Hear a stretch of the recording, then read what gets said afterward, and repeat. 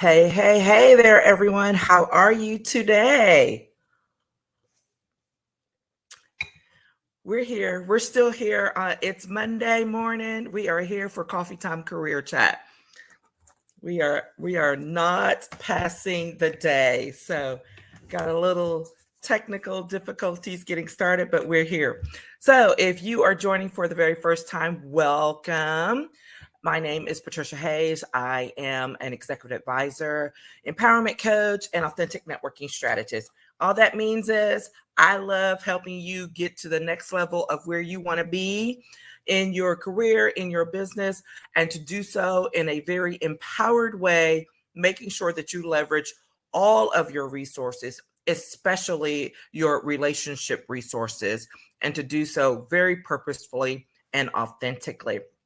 And today is the last day of this month and of this series where we've been talking about transitions all month long. And it's been a pretty good conversation. So if you have missed any of it, I highly recommend that you go back. You can go back through the feed on any of the socials, or you can just go straight to the YouTube channel where you can get them all listed out and you can binge watch all of your coffee chats, right? So today, though, what we're doing is we're going back and we're going to answer a few questions or work through a few scenarios when it comes to transitions. So as a quick reminder, here's what we've been talking about. We have been talking about this month about transitions, and here are the topics. We were talking about transitions are tough and how you have to be prepared, and the empowered action that you have to take is to start learning how to be uncomfortable, be comfortable with being uncomfortable, I should say. That's the first thing. The second one was that transitions are a process and that we should not try to short cycle the process. It's really important to take the empowered action of resting and waiting, which is so hard for so many of us. I mean, like, I'm right there with the rest of you, okay? But short cycling a transition is dangerous and actually can do more damage than good. Also, that transitions are about growth. And so it's important that you do the work. It's so important. You just have to do the work. And what does that mean? Most of the time, it means we have to do the internal work of reflection, resetting, all of those things. And I have a perfect scenario for that for today. And lastly, transitions are full of opportunity. So it's important to leverage them and to leverage your time and resources appropriately and take the action of speaking up for yourself when you need to, or not just when you need to, but when you should, right? And that's really, really empowering and an awesome thing. And then on our networking days, we were talking about transition as well. So we talked about networking through transitions. So you really got about, I think 6 sessions on transitioning this month. So make sure you go back, take a look at them all, listen in, and enjoy. It should be some good content for you to catch up on. So when I was going through and I said, people should submit questions, or if they didn't submit questions, I would go through some of my own content with working with clients or conversations and develop some scenarios that are most common when it comes to the transition conversation. And that's pretty much what I've done here. If you're listening in and you have a question along the way, please type it into the comments or the chat. And if I don't, I should be able to see it, even if I don't see your name, if you haven't done the whole little, click the StreamYard thing. But type in your question, type in your concern, and I will be happy to answer whatever questions I can during this time. Okay, so here's a common question / scenario when it comes to transitions. And here it is. I am knee deep in the middle of a nasty transition. I have no idea of what I should do next. This is seems so generic, but it's the most common thing where basically someone is in the midst of a career transition, a business transition, whatever, And even if it's not a nasty one, I mean, like, that's most often the common scenario. But even if it's not nasty, let's say it's difficult or it's just really challenging for some reason, um, and you just get overwhelmed. I mean, really and truly, you just get there and you're overwhelmed and you're like, what am I supposed to do? Why am I being bothered? Is this even worth it? And so it can be really easy to get caught up and consumed in that. And of course, the easiest and simplest thing to say is don't do it, right? Like, don't get caught up and don't get overwhelmed and consumed. But really, what are the strategies? Like, what do you need to do so that you don't get overwhelmed, or that even in the midst of it, you can still come up for air and know that you're going to be okay? Because that's really what we're talking about here. And here's the thing. And it's one of those, again, seems so simplistic, almost to the point of insulting, but it's so valuable when you realize this one thing. You are not the first person to go through a difficult transition, and you will not be the last. Now, think about that. Think about what's really underlying and why that's powerful. The reason why that is powerful is when you realize you're not the first and you're not the last, it is in no way to undercut the significance of what you're experiencing or what you're going through. Not at all. It's actually to empower you and to help you realize that if you're not the first person, that means there are others who have gone through something similar. And therefore, there's someone out there you can talk to, you can learn from, that you can share with. And when you realize you are not the last person, that means there's someone coming up behind you who is also experiencing some things that you should be able to share and engage with. This is the power of this scenario, because it means you're not alone. Most of the time we get so wrapped up in our head and you get so caught up that you really start believing the hype that's in your head of you're the only one going through this and no one understands. And that simply isn't true. It simply is not true. And when you come to that realization and are willing to accept it, because you do have to accept it, then that leaves you open to be able to receive insight, to receive, some conversations, and to be open to having conversations with other people about what it is you're going through. Okay. To be able to be open to seek additional consultation, to seek some input. All right. So that's the thing I really want you to remember. When you're knee deep in the middle of a transition that's difficult, that's challenging, even if it's a deep, halfway decent one, and you just suddenly feel overwhelmed, remember you're not the only one. You're not the first one. You're not the last one. So now it's time to say, wait, pull back, take a deep breath, and say, who do I need to reach out to? Who can I talk to? What are some of the things I need to learn during this situation that will be helpful to me so that I can use it instead of feeling torn down and worn down, but instead use it as a building block for what's to come next?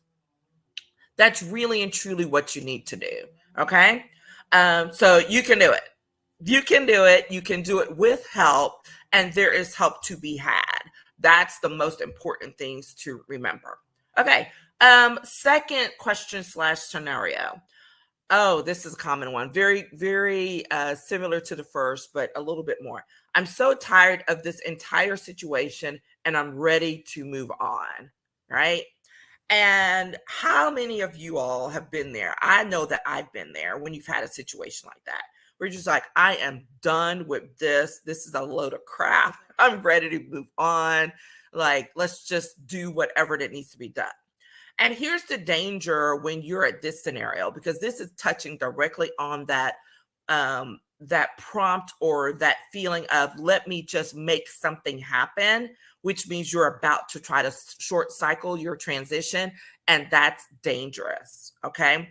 When you are doing that out of frustration, out of anger, out of fear, out of a scarcity mindset, it sets you up for not being able to think things through completely, right? And it sets you up for rash decision making.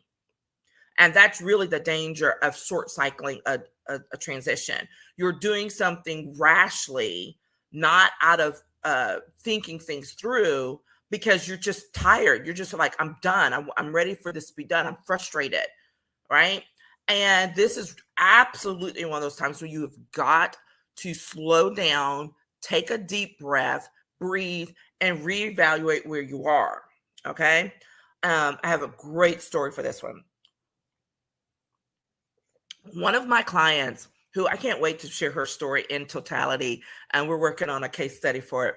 She's so awesome. And I have worked with her off and on for several years, right? So during the course of several transitions that she had up until this last one, which was a pretty major one, we've worked together, whether it's in a one-on-one or an intensive or I think, a 6-week thing. We've done a little bit of everything, right? And during the course of this last transition, it really was like, it was really getting pretty tough for her. I'm like, it was already a challenging situation because she was not just trying to look for a new job, right? This is why I don't focus on job shifts. I focus on career shifts. She was actually looking to change industries. So do similar work, but in a completely different industry, different topic. And it wasn't one that she previously had some experience in, right? So there was a lot of novelty to what it is she was trying to do, even though her skill set absolutely was there to be aligned with similar positions in the field. So this is when you're having to pull out what your skills are, and focus on your skills that are transferable rather than just focusing on, quote, the job that you did, okay? This is why focusing on your career development is important, not just a specific job. Most people limit themselves when they do that, all right? So we're working through that. And then we have a moment where it just gets tough, right? The responses aren't coming in. She's fantastic at networking, doing a great job with all of that. But it's literally, I don't like using the word grind, but it literally was just a grind. You just got to keep going through. And we reached a point where she was just like, I'm just tired. I don't even know if this is worth it or whatever. And so I called an audible, right? It was like, time out. We're not going to talk about strategies and all this stuff right now, because now we've got a mindset issue going on and we've got to address it. So we start talking. I'm like, what's going on? What is generating these thoughts, these concerns, and all of that? And when we start talking about it, I'm like, well, what are you doing? Because one of my practices and one of the strategies is to make sure you're doing something outside of your search, outside of your transition, in order to keep you grounded, whether it's a hobby, pursuing an interest, whatever it is, right? And so we were talking about that. It's like, yeah, I'm doing some of that. But then we talked some more. And here's the interesting factor that came up. And I was like, this is not your first transition. So why is this one seeming so difficult, right? We know it's because you're changing industries. It's in a really weird time in the marketplace and all of that. But when we started talking and exploring what her previous transitions looked like, even before working with me, we found a common thread. When she would get to this point of total frustration and just like, I've had it and I'm ready to move on and I need to do something, the something that she did was not to short cycle her transition by trying to go take some action that's out of place. Instead, what she had done, it was the most fascinating thing, was she literally dipped out. She would dip out of the search the work she was doing, whatever. And when I mean dip out, I mean like she had taken full on mini sabbaticals.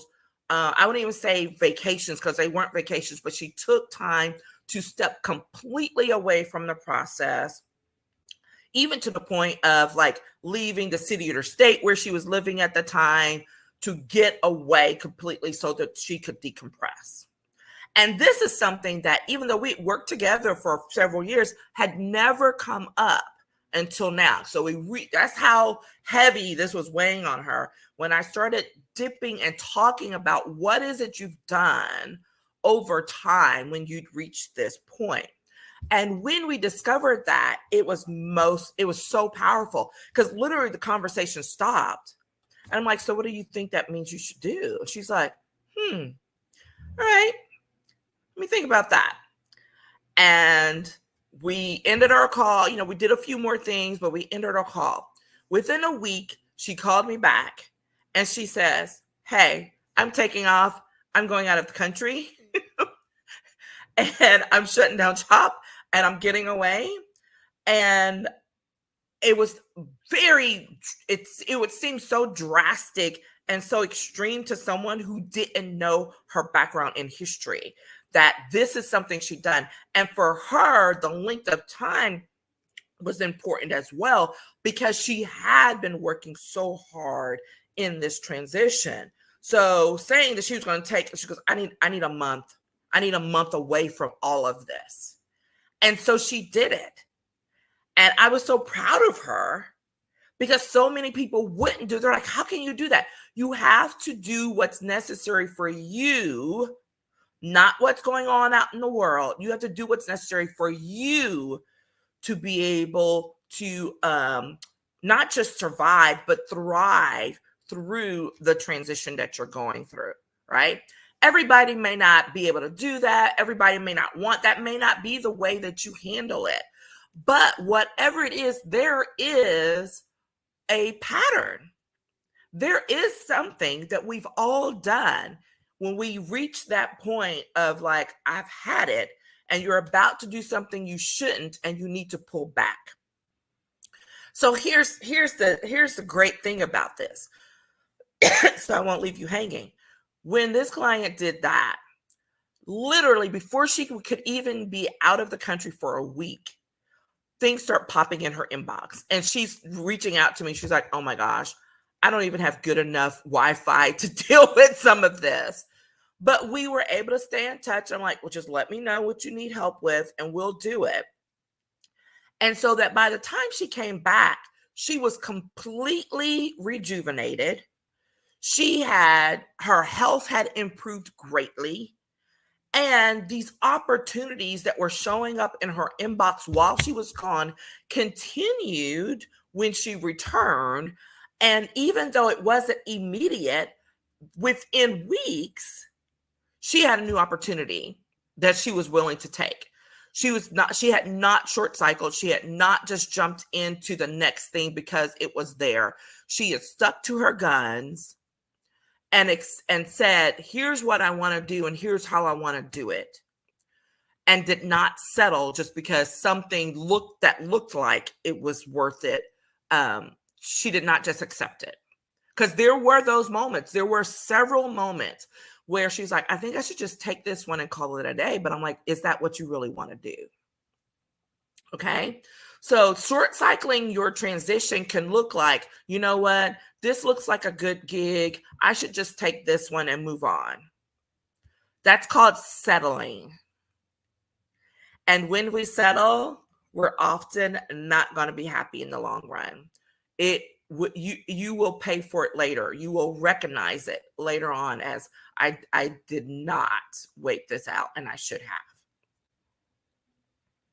But it's tough, especially if you have a family, if you got, it's like, I got to pay my bills, or you're just tired. Here's the thing. Do what you're worth, and you're worth reaching for the stars and not settling. Right? This making an active decision to do something is different than settling, because settling means, well, I don't know that I can believe in this anymore, so I should just accept what's there. And that's not what we're here for. All right. That's not what we're here for. All right. So great. Make sure you prepare yourself for the long haul. I have been saying this and people don't believe me. Every time I work with someone or someone who comes to me and they say, hey, I want to do X, I'm like, that's great. You really should get started now, because in 6 months, 9 months, 12 months, where do you want to be? And when they put it off and they're like, yeah, but that but gets them in trouble every single time, because 6 months, 9 months, 12 months down the road, and they haven't gotten there, they're even more frustrated. And their transition has now been elongated. It's been drawn out, and they're in a space they really don't want to be at because they didn't take the leap of faith for themselves on the front end. And that may sound a little harsh, and I don't mean it harshly. It's just the truth, because sometimes there are sacrifices we have to take on the front end that are totally going to be worth it on the back end. All right. And it's a growth point. It's a growth point for all of us. We've all done it. I've done it. And you just learn to recognize them sooner, or you learn to deal with the consequences of not taking that leap of faith. Okay. So, but prepare yourself. The folks that I've been working with, when we go through these things, these transitions are no less than 6 months. I mean, they're minimum 6 months. Most of them are 9 to 12. And it seems like, how can that be? But I'm looking backwards now and I'm like, oh my gosh, because what seemed like such a long haul ahead turns out to be a blink when you look at it from behind. All right. So don't think about, oh my gosh, but 6 to 9 months, that's a long time away. It's really not. It's really not in this market. And before you know it. So do the work, do the thing, get the help that you need, because before you know it, you'll be knee deep in that transition, and you'll be like, what should I be doing? And you'll be having to catch up with wherever you are. It can be done. Don't get me wrong. It can be done, but you have to be even more strategic and even more focused about what it is you're going to do, so that you don't cut yourself drowning and getting overwhelmed in the midst of that transition. Okay. All right. So that's scenario number 2. Here's the scenario number 3. I really want more, fill in the blank, money, time off to work remotely. But what if they don't give it to me? What if this next opportunity is not there for that? What if I can't pull it off? There's you hear a lot of doubt in that, right? And you want these things, but what are you going to do to get them? Or do you even feel like you can in the midst of this transition?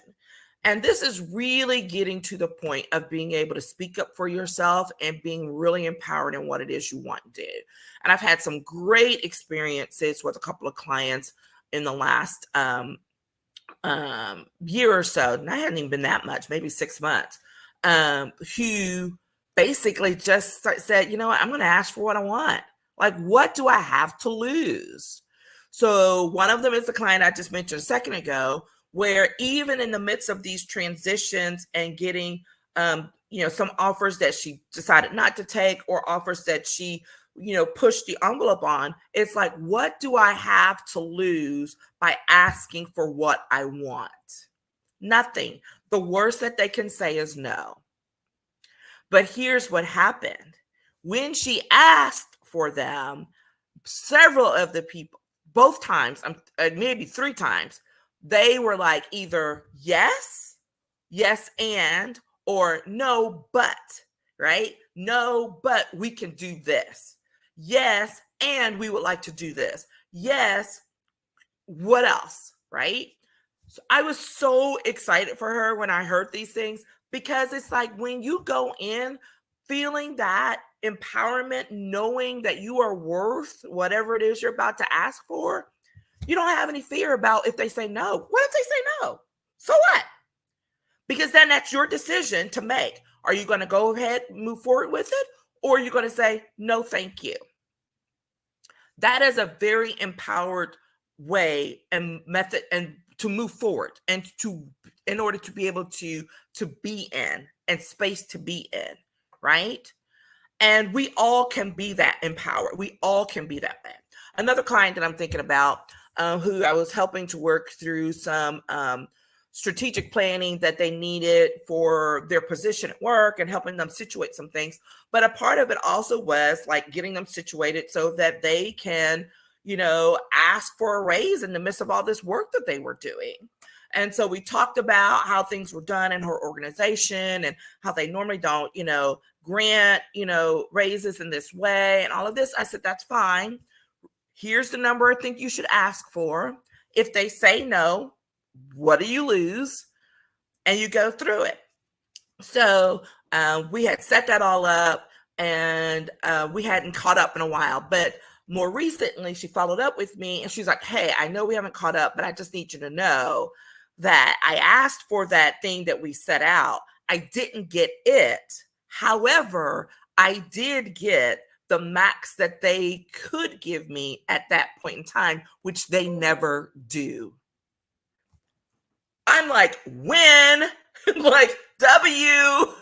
I love it because think about it. If she had not asked for over that, she would have settled for way lower. And what do we just say? We don't settle. What's the worst that could happen? They say no. The best that could happen, you get what you ask for. Or mid-ground, guess what? They do something that you never expected them to do. These are the things that you have, the opportunities and the possibilities when you are willing and able to speak up for yourself, not just for what you need, because so many times we limit ourselves by only asking for what we need. And I know that sounds weird, but you can be limiting yourself by only asking for what you need. Whatever happened to asking for what you want? Go for what you want, because it normally exceeds what you need. Ask for it, because you already know your need is what your minimum is. It's what your minimum should be anyways, right? So ask for what you want, and don't ever let that be a hindrance to you moving forward. Okay? You have more power than you think. And this is not in some egotistical way of like, oh, I'm so. No. It's not about that at all.